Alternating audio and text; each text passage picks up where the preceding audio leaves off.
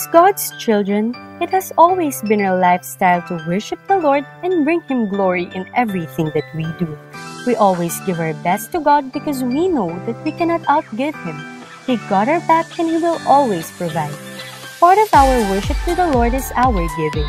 We may be in the middle of crisis, but we will still hold on to what the Lord has promised. As the Bible says in Malachi 3:10, "Bring the whole tithe into the storehouse that there may be food in my house. Test me in this, says the Lord Almighty, and see if I will not throw open the floodgates of heaven and pour out so much blessing that there will not be room enough to store it." With a cheerful heart, we can bring our tithes and offering at Reigning Home. We can also give through GCash, or we can contact our respective life group leaders to help us on how to remain faithful in the Lord through our giving.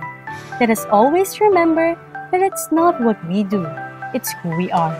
We give simply because we love. Let's give!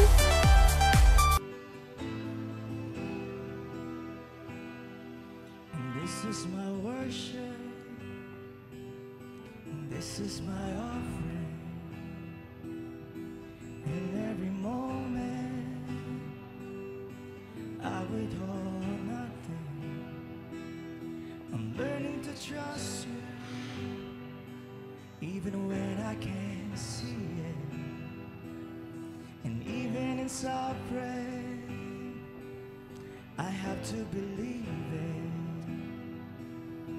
If you say it's wrong, then I say no. If you say release, I'm letting go.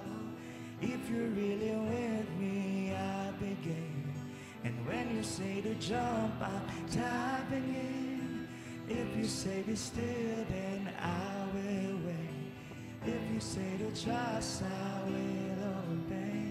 I don't wanna follow my own ways. I'm done chasing feelings. Spirit, lead me.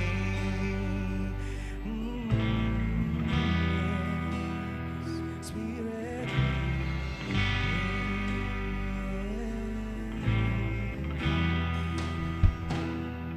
It felt like a burden, and once I could grasp it,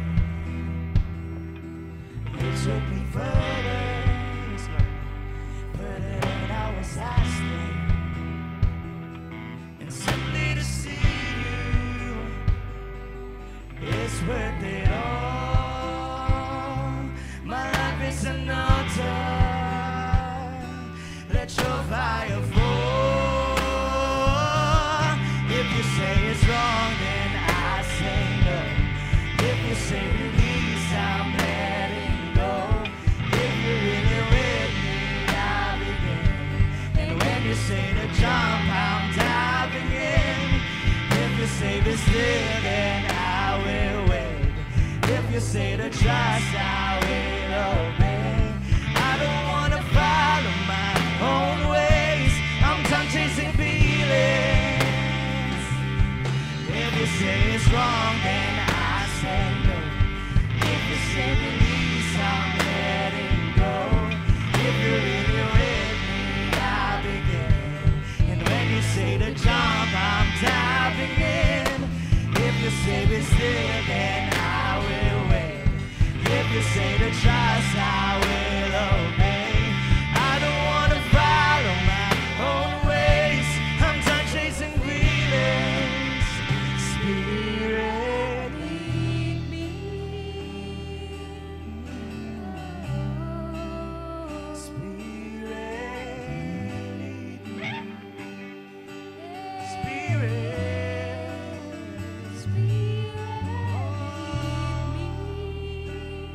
oh, Spirit, lead me.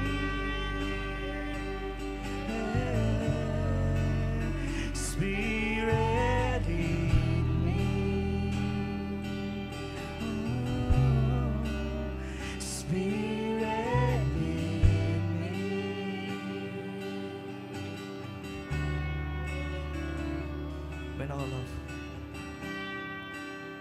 When all hope is gone, and your word is all I got, I have to believe you still bring water from the rock to satisfy my thirst, to love me at my worst.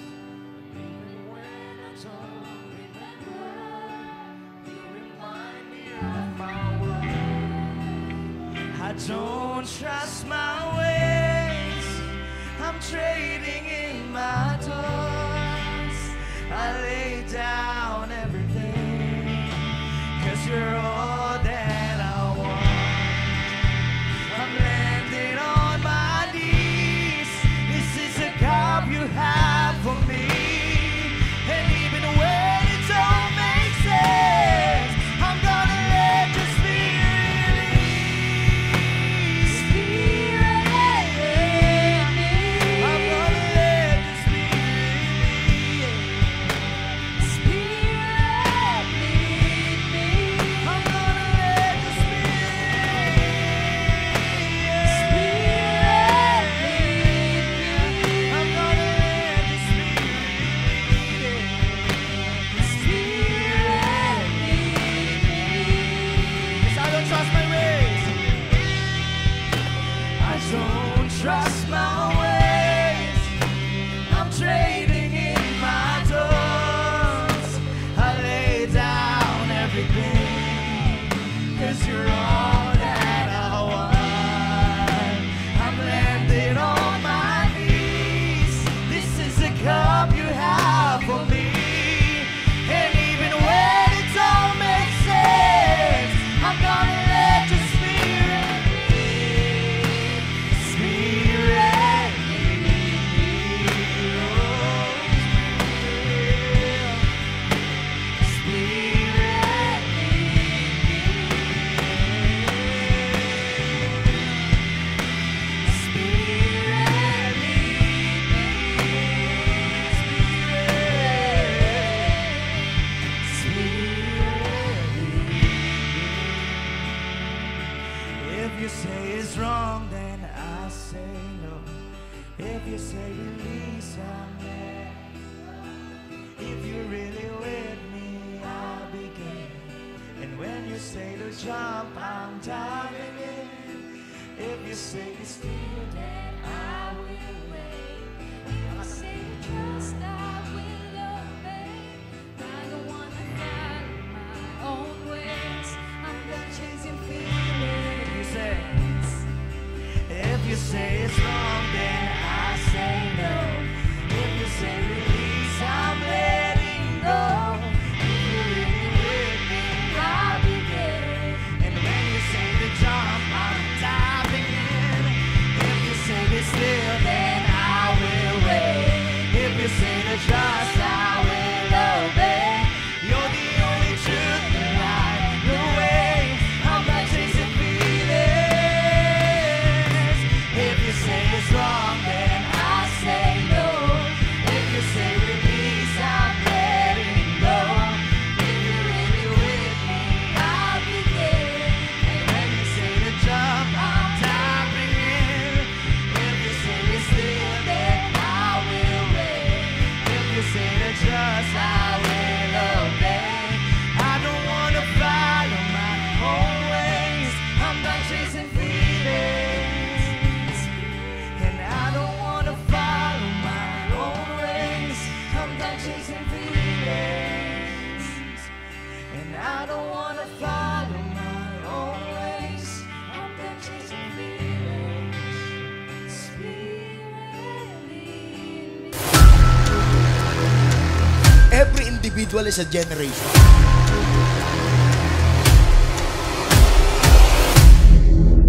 Basta sinabi ni Lord, mga kasama, sa'yo na yon.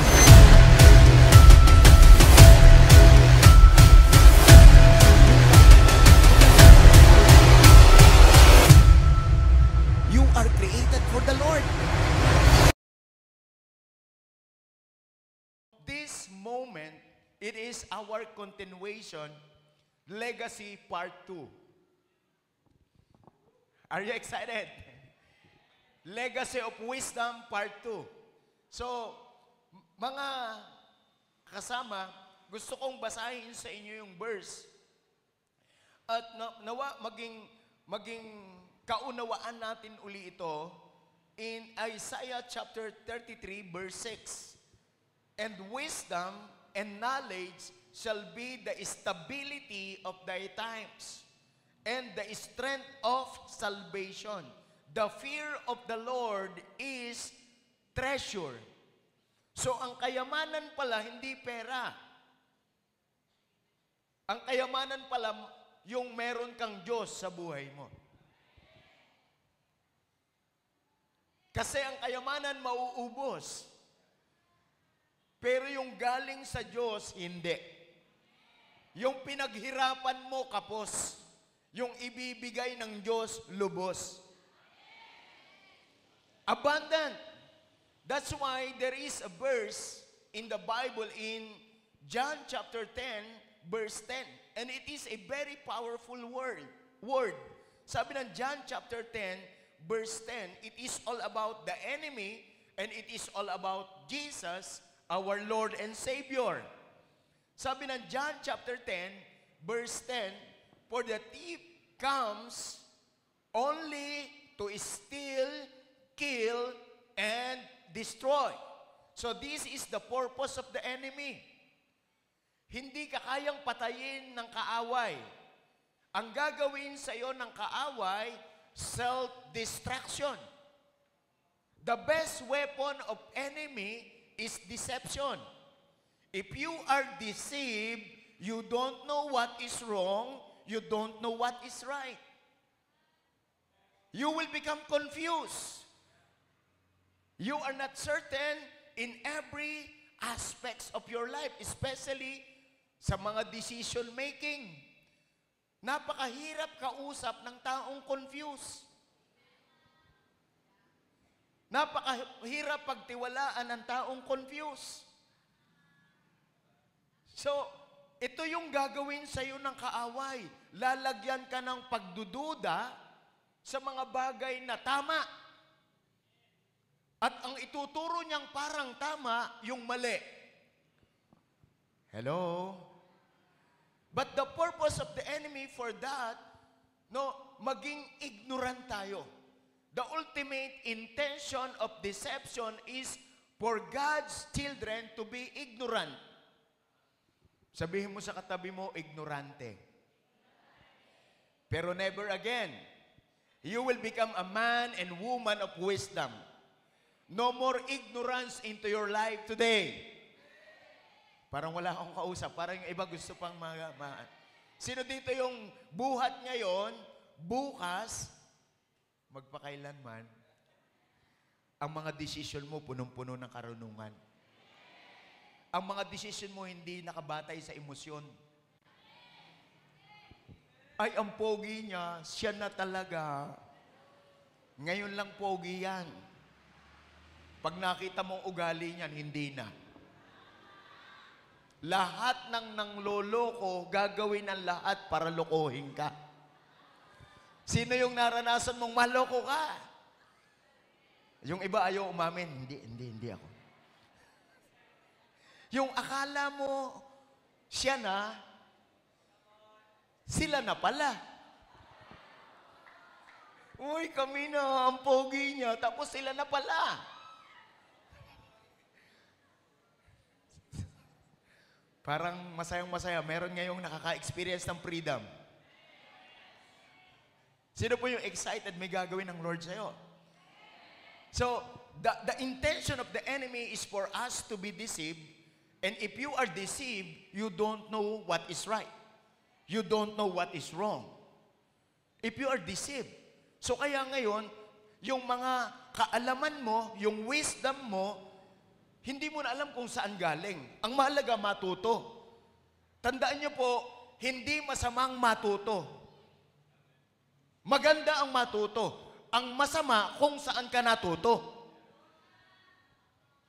Hindi masamang matuto. Ang masama, ano ang natutunan mo?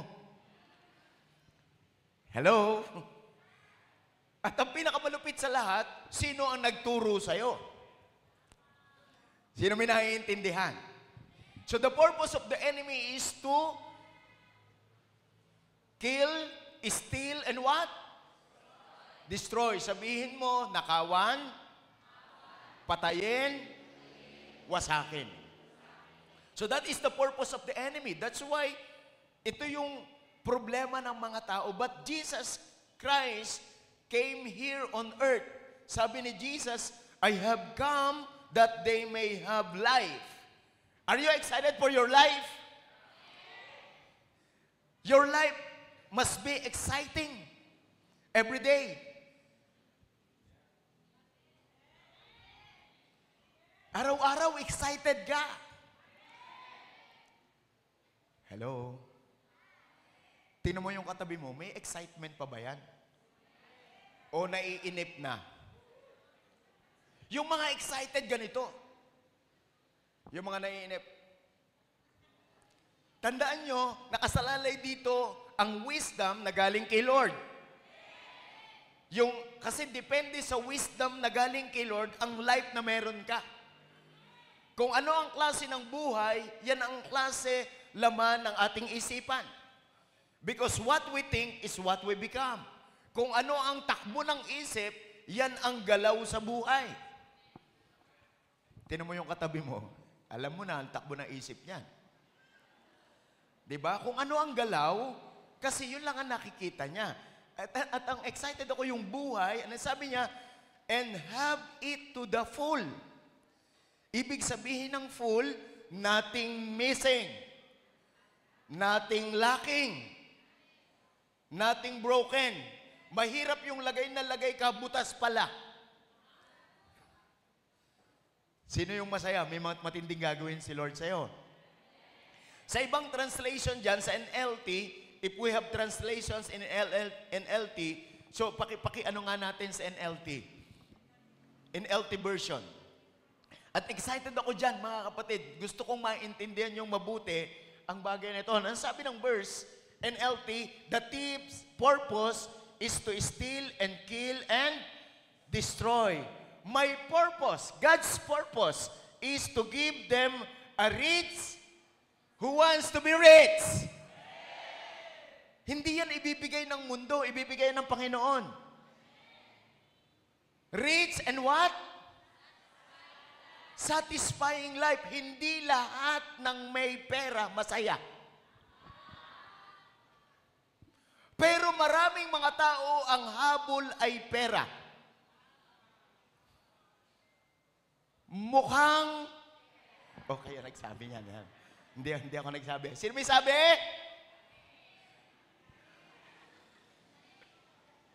So dapat maintindihan natin, mga kasama, that Jesus Christ, our Lord and Savior, He wants us to have kind of experience like this. God wants us to be rich. God wants us to be satisfied. Kaya kung ano man ang kulang sa'yo, si Lord ang kapunuan. Because we are confused, yet we want wisdom, that's why last week, pinag-usapan natin yung 4 kinds of wisdom. Are you with me? So that's why, balikan natin ito. Merong wisdom na earthly wisdom. Yes, may wisdom, pero earthly. So it is a worldly wisdom, a secular wisdom. It is temporal. So that is earthly wisdom. Sabihin mo sa katabi mo, earthly wisdom. It is worldly. It is temporal. And it is secular and with limitations. Sabihin mo sa katabi mo, with limitations. Limited yan, no? Second, na wisdom is academic wisdom. Ano yung academic wisdom? Academic wisdom is unspiritual. Ibig sabihin, natural. Logical, yan yung mga nabubuhay sa logic. Alam niyo po ba ang logic, kailangan ng may explanation lahat. To see is to believe. Ganyan po yung mga bagay na academic wisdom. Kaya dapat may theory. Kaya nga, ang tindi ng theory, di ba? Imagine mo yung evolution theory ni Charles Darwin, ang tao daw nagmula sa unggoy. Huwag mong titingnan yung katabi mo. Huwag mo siyang paghinalaan. That is evolution theory. Even though na meron niyang facts, matindi yung kanilang ginawang explanation, may mga pictures pa. Meron pa ngayong 3D and AI about evolution theory. Pag nakita mo galing sa unggoy, unti-unti napopormahan. So that is facts. But I just want to tell you, that is facts, but that is a fact, but not a truth. Hello? Sino minaiintindihan ngayon? That is academic wisdom. Ang ganda ng paliwanag, parang tama, pero mali. Sabi pa rin sa pag-aaral, human being is the highest form of animal. Alam niyo ang basis nila sa theory, yung saliva na tuyo. Yung pagtulog ka, lumalabas. Ikinumpara po nila yon, yun ang kanilang pinagkunan, ikinumpara po nila yon doon sa laway ng baka kapag mumunguya. Meron pong puting laway dito, kinumpare po nila yon, parehas. That's why the highest form of animal is human being. Kaya lang ang mapanganib doon, parang tama pero mali. Tanggalin mo yung highest form, ano matitira?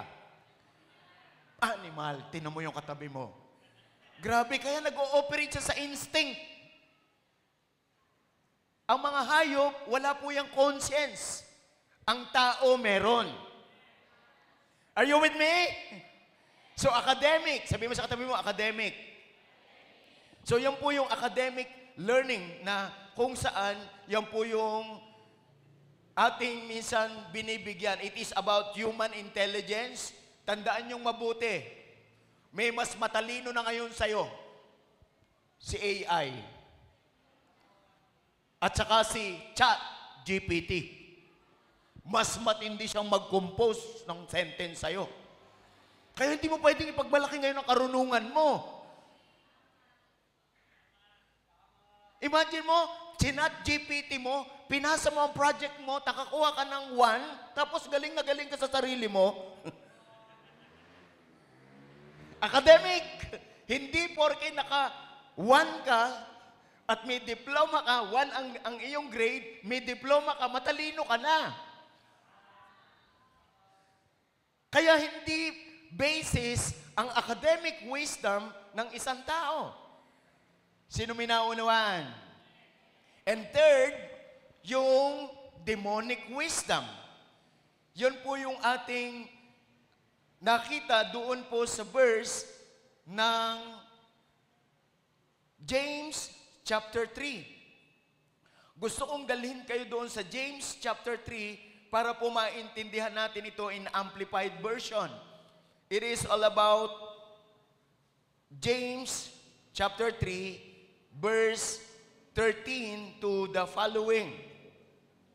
Sabi niya sa amplified version, who among you is wise and intelligent? Who among you is wise and intelligent? Taas ang kamay. Ay. Who among you is wise? Intelligent. Grabe. Ganda niyan. Sabihin mo sa katabi mo, ako yun. Imagine mo, pagiging wise, hindi mo pa matanggap. Sabihin mo, bulang ngayon, wise na ako. Now, sino dito excited ka buhat ngayon? Wise ka na. Intelligent ka na. Now, tinatanong niya, sabi niya, let him, by his good conduct, show his good deeds with the gentleness and humility of true wisdom. Are you excited? No, kapag ka ikaw ay wise, kapag ka ikaw ay intelligent, show in your conduct. Dapat mabuti ang asal mo. Asal tao, hindi asal hayop. Sino may naiintindihan? So, sabi niya, but if you have bitter jealousy and selfish ambition in your heart, do not be arrogant, and as a result, be in defiance of the truth. This superficial wisdom is not that which comes down from above, but it is earthly, ibig sabihin secular, natural, it is unspiritual, and even demonic. So yun po yung pinagkunan natin ng verse that there are earthly wisdom, there is academic wisdom, and there is demonic wisdom. But the wisdom that comes from above is this, verse 17. But the wisdom from above is first of all pure. Sabay-sabay natin sabihin, pure. So, ang wisdom na galing kay Lord, pure.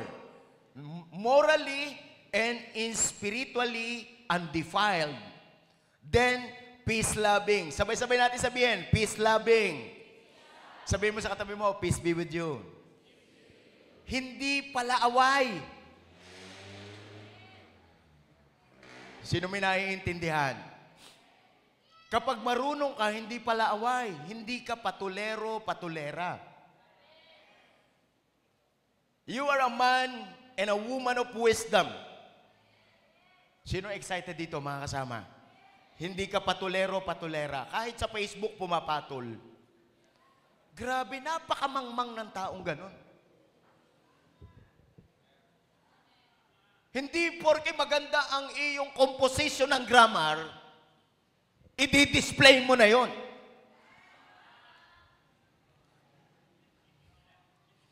Come on!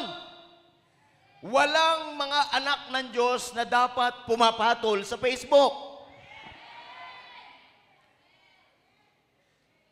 Karapatan nila yon.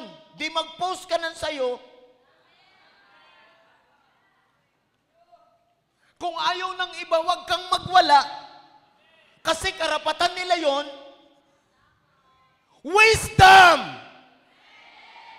Hindi porke intelihente ka, hindi porke academically nag-e-excel ka, pwede ka na magyabang.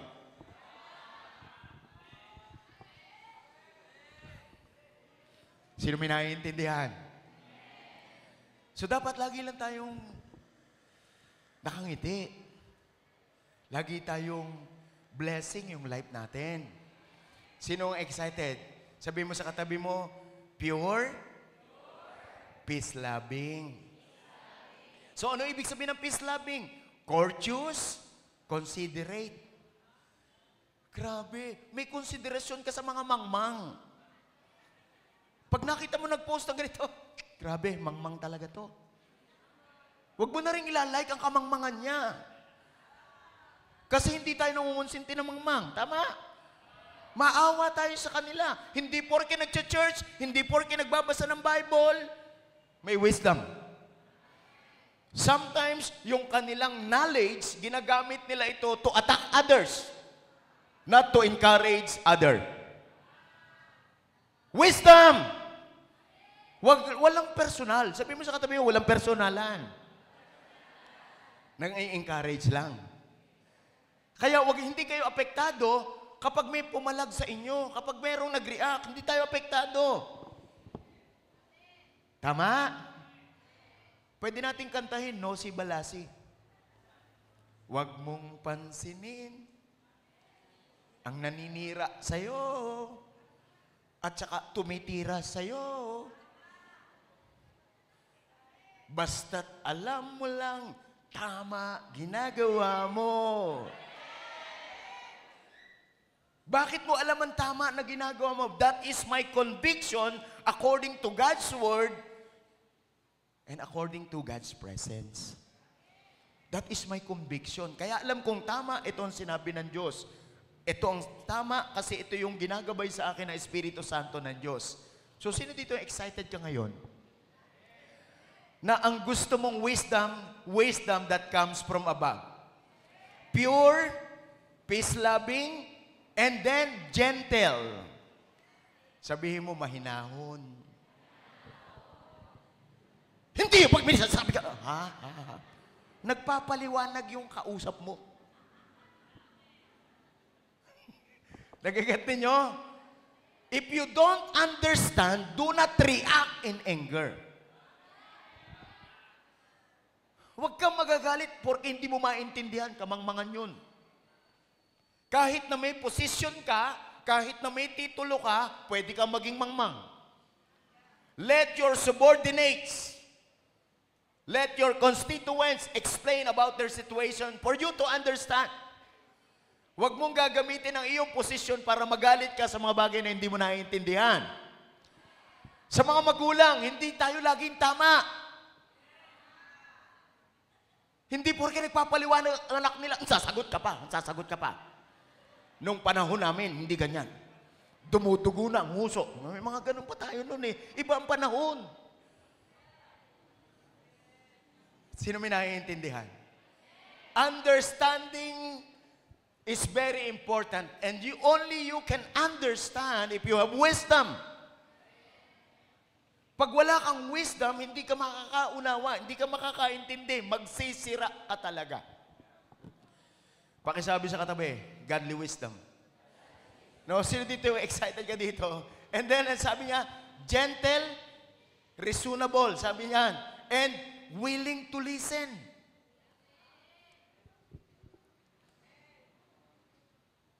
Sino may naiintindihan? Pag naman nagpapaliwanag kayo, ikaw na nga mali, minsan ikaw pa galit. Nakakita ako, grabe kung mga anak ha, huwag niyong gagawin to. Grabe kung pagalitan ng tatay. Grabe yung pagalitan ng nanay. Hindi porke may alam ka, hindi porke nag-aral ka at may diploma ka, o kahit kumikita ka na, may karapatan kang pagalitan ng nanay at tatay mo.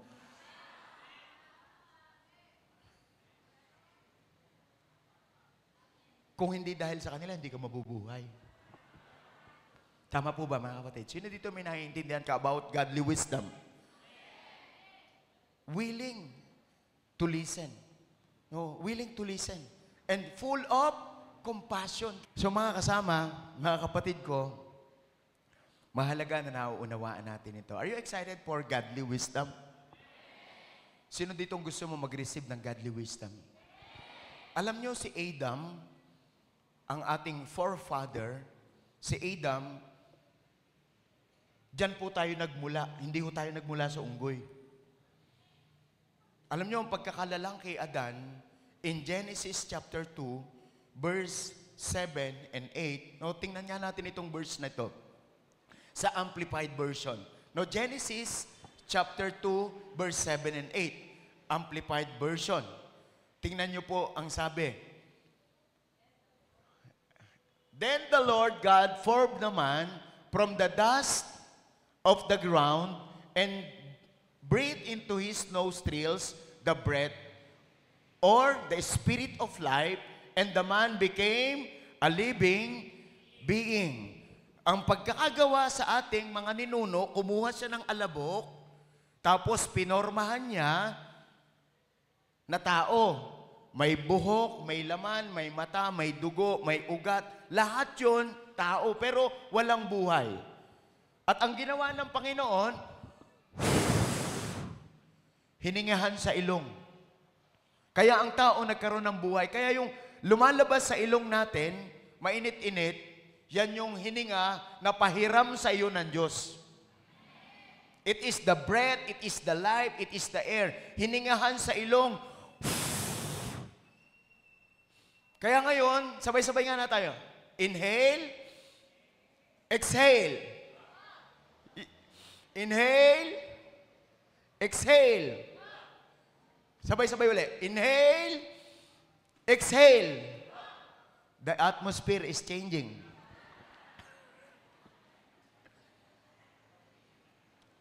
It is very natural to make inhale and exhale because of the spirit. It is because of the air. It is because of the breath. That is our original design. Hindi ka galing sa unggoy, ikaw ay galing sa Diyos. Hinubog ka. And sabi dyan, breath into his nostrils.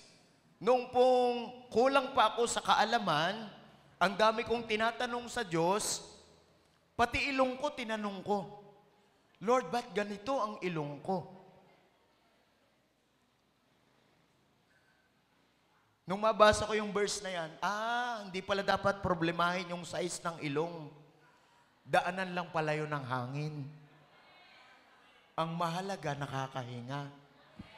Tayo kasi, pati shape, pinoproblema eh. Yung bang mga pointed nose, tapos yung mga disappointed nose, parang iba ang dating sa atin. Sabihin mo sa katabi mo, kapain ng ilong, wag problemahin. Daanan ng hangin yan. At yung mga matatangos ang ilong, wag niyong kabiliban yan. Hangin lang din ang dumadaan dyan. Sabihin mo sa kanya, parehas lang tayo. Ang purpose ang importante, hindi yung shape. Sino may naiintindihan? Wisdom ba yan? Lagi niyong tatandaan, walang aksidente sa Diyos. Pangalawa, hindi nagkakamali ang Diyos. Yung pakiramdam ng tao, yung isip ng tao, pwedeng magkamali, pero ang Diyos hindi. So, design talaga ako na ganito yung height ko, ganito yung ilong ko, and I'm thankful to God. I praise God. Lord, salamat buhay ako. Kaya pala ako cute, para pala ako dun sa mapapangasawa ko. Grabe. Nung una talagang, yung height ko, pinoproblema ko ng gusto. Yung pala, yung pastora test ninyo, ang gusto niya, yung maliliit talaga. Swak kami. Kaya huwag niyo po problemahin yung height. Because height doesn't matter. Proven na. So what is the purpose? Sabi ng verse 8, dito ako excited, at ang sabi ng verse 8, no, tingnan niya natin ang verse 8. And the Lord God planted a garden and oasis in the east, in the Eden, delight land of happiness. Are you excited? What is Eden? A delight land. A land of happiness. Hello? Diyan ka nilagay na, diyan ang disenyo sa atin ng Panginoon. And sabi diyan, and put the man whom He had formed, created there. Are you excited na ang disenyo ng Diyos mangyari sa'yo? It is because of the virtue of God's wisdom, si Adam, hindi naman niya nag-aral ng UP, hindi naman niya nag-aral ng Ateneo, hindi naman niya nag-aral ng Lasal, or even the URS. Pero ang tinding mag-manage. Sa atin kasi, ang dami na nag-aral ng management, hindi marunong mag-manage. It is because of God's virtue, si Adam, minanage niya yung earth, minanage niya yung Garden of Eden. Pinangalanan niya lahat ng hayop. Grabe, langgam pa lang. Iba't ibang size, iba't ibang color. Langgam pa lang. Tanong mo kay Adam, alam niya yun.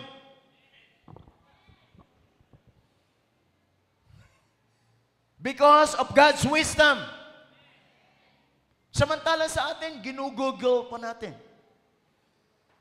Tama po ba, mga kasama? Sino dito yung excited ka na ang wisdom mo galing kay Lord? Naturally, if you going back to your original design, naturally, you will manage. Sino excited? Magmamanage ka na. Tandaan mo, kung ano yung abilidad mo, yan ka kikita. Diyan ka kikita. Sino dito excited? I-increase mong ability mo. So learn to increase your ability to manage. Ask God's wisdom. Kasi hindi porke graduate ka, marunong ka mag-manage. Hindi mo nga ma-manage na mapa-increase ang income mo eh. Manage it. Sino masayang-masaya ngayon? So by the virtue of God's wisdom, Adam, our forefather, because of wisdom, marunong siya mag-manage. Second example natin, si Noah. Si Noah, he is a righteous man. In Genesis chapter 6, starting from verse 9 to 14. Look at this verse. Si Noah, he find favor, no? Genesis chapter 6, verse 9. No? 6:9. Sabi ng verse, this is the story of a generation of Noah. Noah was a just and righteous man. Who wants to be like Noah? God is attracted to those who are righteous and just. Hello? Natutuwa ang Diyos, attracted ang Diyos, basta merong matuwid at saka merong makatarungan. Kagaya ni Noah, sabi niya, blameless in his generation. What is his generation? Evil. So in spite of evil circumstances, there was a just man, there is a righteous man named Noah. Si Noah, meron siyang assignment. Ang ginawa na ng Panginoon kay Noah, kung babasahin natin ang history, si Noah, mga kapatid, nakapag-build ng ark. Nabasa niyo yung story? Si Noah, hindi siya nag-aral ng nautical engineer to build an ark. Because ark builders, those are nautical engineers. Sila yung mga seaman, sila yung mga gumagawa ng barko. Sila lahat yan. Alam nila ang detalye ng barko. Si Noah, hindi siya nag-aral, but because of God's wisdom, but because of God's instruction, Noah built the ark. So what I'm trying to say to you today, by the virtue of God's wisdom, you can build in your life. So, kumusta ang buhay mo ngayon? Sa halip na magbuo, nagwasak. Because lack of wisdom. So today, my prayer is that lahat ng wasak sa'yo, by the virtue of God's wisdom, starting today, build it. Sirang pangarap, sirang buhay, sirang pamilya, lahat ng sira sa iyo ngayon, by the virtue of God's wisdom, kaya mo na siyang i-build. Sino dito may mga sira sa buhay niya? Kaya mo na yung i-build ngayon. Huwag kang manatiling sira. Huwag kang manatiling wasak. Ang gustong-gusto lang ng Panginoon sa buhay natin, He wants us to be just. Ang gusto niya maging makatarungan tayo. Ang gusto niya, maging makatuwiran tayo. Hindi lang basta makatarungan, makatuwiran. You are righteous. Alam mong mali, huwag mong gagawin. Alam mong masama, huwag mo nang samahan. So that is the virtue of legacy. And today, I just want to pray for you. Anumang bagay na wasak, anumang bagay na sira sa buhay mo ngayon, anumang bagay na hindi mo kayang i-manage by the virtue of God's wisdom, ngayon may matinding gagawin na sa iyo ang Panginoon. You can manage because anything that you cannot manage, you will lose it. Anything that you learn how to manage, it will multiply. So kaya mga kapatid ko, mga kasama ko sa Panginoon, itong bagay na ito, ang ating ipamamana sa susunod na saling lahi. Anumang kasamaan ng mundong ito, wag nating tularan. Kaya merong paalala sa bawat isa sa atin na sinasabi ng Panginoon. Wisdom that comes from above resides only to those who have the mind of Christ. The wisdom that comes from above only resides to those who has or possess the mind of Christ. Tayong mga tao, kagaya ng mga previous message ko, binanggit ko yung conscious mind. Merong subconscious mind. Ano yung conscious mind? You are aware, you are awake about what's happening. Conscious mind. Then merong subconscious mind. Ano yung subconscious mind? Yung mga bagay na hindi mo alam na meron ka noon pero naapektuhan ang iyong decision making, naapektuhan ang iyong character, naapektuhan ang iyong culture and even your values. Subconscious mind. Yung mga bagay na bakit mo nagagawa, na hindi mo alam kung bakit mo nagagawa. That is all about, came from our subconscious mind. But today, Jesus Christ more than 2,000 years ago. He came here on earth to recover everything. Because human being try to live in the wisdom that comes from the world, in the wisdom that comes from academic wisdom, or in the wisdom even the demonic wisdom. But today, let us recover our image. Let us recover our likeness. We are created in the image and likeness of God. That's why Jesus Christ died for you and for me. In order for us to possess the love of God in our life. In 1 Corinthians chapter 2, verse 16. Amplified version, for who has known the mind and the purpose of the Lord, so as to instruct him? But we have the mind of Christ, to be guided by His thoughts and purpose. My dear brothers and sisters in Christ, napaka-deceptive na ng mundong ito. We don't know kung ano yung tama. We don't know kung ano ang mali. Pero ang pinaka-importante sa lahat, magkaroon tayo ng scriptural mind. Sabay-sabay nga natin sabihin, scriptural mind. And that scriptural mind is possessing the mind of Christ. Yan po yung dapat makuha natin. I need 3 volunteer at saka isang upuan. Alam nyo, sa buhay, ang laging nagdidesisyon tayo.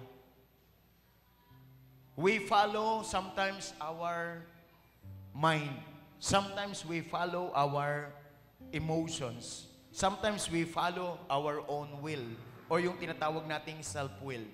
But I encourage you, you must have the mind of Christ. What is the mind of Christ? Yung scriptural mind. Kung ano ang sinabi ng Diyos, yun yung mangyayari. Like for example, si Lucy Mark, siya yung word ni Lord. Ang sarap mabuhay, ang sarap mag-isip kung si Lord ang nag-i-instruct sa mind niya. Kung si Lord ang nag-i-instruct sa heart niya. At masarap din sa buhay na meron pa tayong hindi lang word ni Lord, yung presence ni Lord. And it is the Holy Spirit of God. He is a person, not a lesson. He is a person, not a doctrine. And the Holy Spirit is gentle. He is loving. So, sa buhay natin, sa mundong punong-puno ng kaguluhan, sa mundong punong-puno ng kadiliman, we need to understand these things. If you want to make a legacy of wisdom, you must have the mind of Christ. You must have the scriptural mind. Possessing a scriptural mind, the Word of God is the final authority of His life. So it is not just the book. It is not religion. But it is the power of God into His life. At hindi lamang Word, meron ding Holy Spirit that illuminates. Holy Spirit that guides. Holy Spirit that gives revelation. When He read the Bible, the Holy Spirit give revelations. So that's why hindi siya religion. Sa bawat hamon ng buhay mo, sa bawat decision mo araw-araw, gawin mo na gabay ang salita ng Diyos, gawin mong gabay ang presensya ng Diyos. So this is the thing that we need to receive today. Because si David mag-aasawa to. Si David magkakaanak to. Si David magbubuo ng pamilya yan. Si David may kaibigan yan. Si David may mga kamag-anak yan. Dapat ang makita kay David yung impluensya ng karunungan ng Diyos at hindi ng karunungan ng mundo. Ang dapat makita kay David, hindi karunungan na galing sa academic wisdom, kundi yung karunungan na galing sa mundo, sa Panginoon. So kaya I give you a chance and privilege for you to live in wisdom, for you to make legacy in your life. Sa bawat desisyon ninyo, dapat magtagumpay tayo. Siguraduhin ninyo na nagbi-build, hindi nagdi-destroy. Pwedeng magkamali, pero huwag mong itutuloy-tuloy ang mali. Nagkamali tayo. may mga mistakes, may mga failures, but thank be to God, meron church na hindi nag-iisip ng pinatatamaan na naman ako. No, I am not here na para tirahin ka. Sana tinirador na lang kita. I am giving you the opportunity and privilege because I love you so much and we are family. Gusto kong ma-experience nyo yung blessed life. I want you to experience richness in life. I want you to experience the design life for you by God. Kaya kahit na ayaw mo, pakiusap, basta gusto ng Diyos, gawin mo. So huwag kang maging logical. Hindi lahat ng bagay na alam mo tama. Dahilan sa prideful ka, nahihirapan ang kasama mo, nahihirapan ang asawa, nahihirapan pati anak. But today, starting today, live in wisdom and have a legacy of wisdom. So it is your personal decision. It is your personal choice. You must be founded in the Word of God. That is my prayer. Bigyan natin ng the best clap ang tatlong ito. Thank you so much, Sander, Mac, and David. Thank you. Hindi ko alam kung ano mga pinagdaanan mo sa buhay. Hindi ko alam kung gaano karaming kapalpakan ang naranasan mo. O maaaring ginawa sa iyo ng ibang tao na naranasan mong masakit, mahirap, mapait. Pero ang maganda ngayon, nandito ka. You are not an accident. God has a plan and purpose for your life. Go back to your design. Go back to your Creator. Go back to your Maker. And have the wisdom that comes from above. And starting today, live as if you are building your legacy. You will become a man of wisdom. Like Solomon. Like Noah. Like Adam. Ask that wisdom. Kasi ang Diyos ni Adan, ang Diyos ni Noah, ang Diyos ni Solomon, yun ang Diyos na malalalang natin. Siya may magandang plano sa atin. At yun ang gusto kong ipag-pray ngayon sa inyo. Nabuhat ngayon, ang iyong ipamumuhay, karunungan. Makikita mong mali, makikita mong tama, ang marunong pipiliin ang tama at gagawin ko ano yung tama. Ito na yung pagkakataon mo. Na anumang mali, anumang bagay sa buhay mo na mali, huwag mo nang ituloy. Simula ngayong araw na to, mabubuhay ka na may karunungan. Magdidesisyon ka na may karunungan. Pag ginawa mo ang isang bagay na may karunungan, sigurado ako bukas, aani ka ng iyong itinanim na karunungan. Life is a choice. Life is what we make it. Ang problema, kung tayo ay mangmang, alam ang tama, alam ang mali, pero pipiliin natin yung mali, gagawin natin ang mali, bukas ang resulta niyan mali. At ang problema, pag dyan ka nasanay sa mali na madali, ayaw mo ng tama na mahirap. Pero ang prayer ko ngayon, Lord, kung ano ang gusto mo, yun ang magawa ko. So pwede bang tumayo tayo mga kapatid? At mananalangin tayo. Hihingi tayo sa Diyos ngayon. Excited po ba kayo mga kasama? Hihingi tayo sa Diyos ng karunungan. Kapag marunong ka, yung mahirap dadali. Hirap na hirap ang iba, sa'yo ang dali-dali lang kasi marunong ka.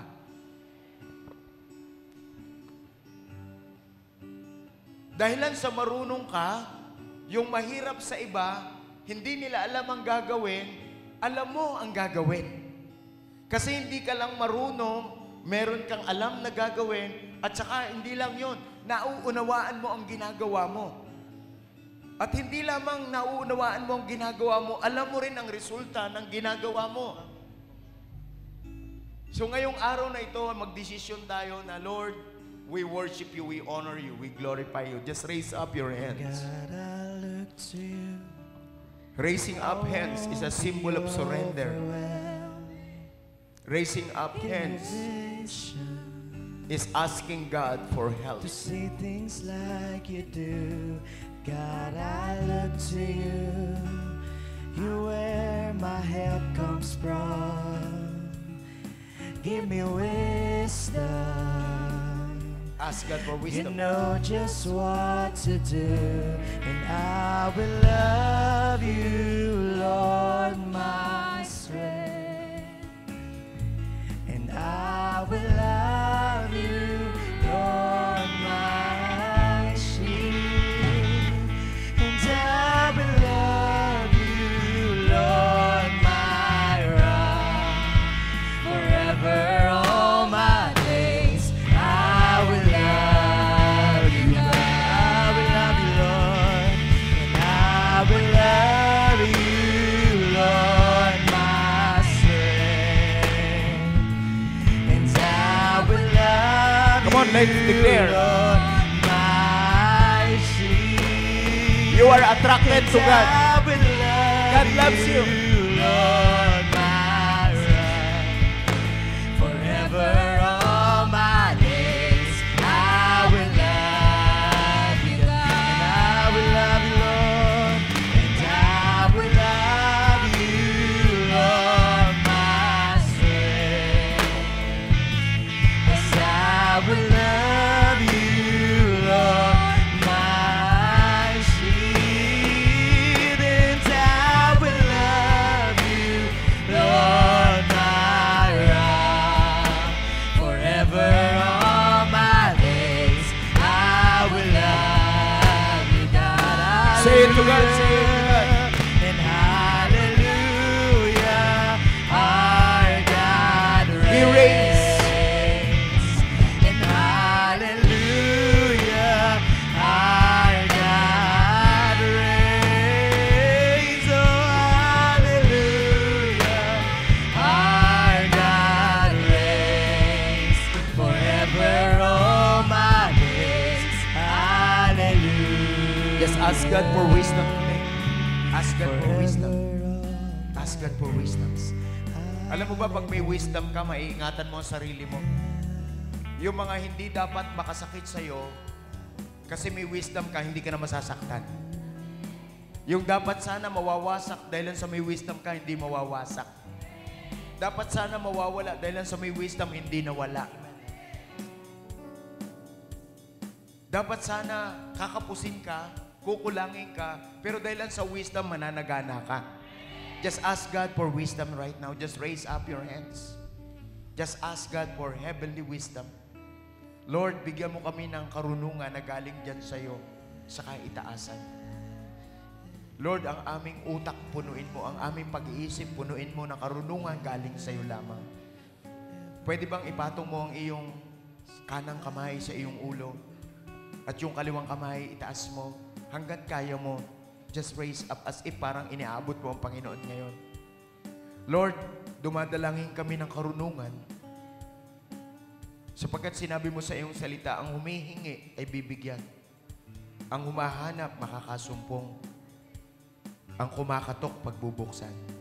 Ngayon, Panginoon, ang iyong kalangitan, hinihinga namin, Panginoon, ng karunungan na kagaya ng kay Solomon, karunungan na kagaya ng kay Adan, karunungan na kagaya ng kay Noah.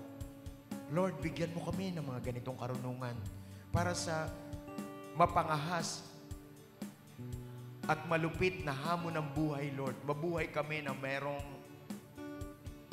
kahusayan. Lord, wala nang kawawa sa iyong mga anak.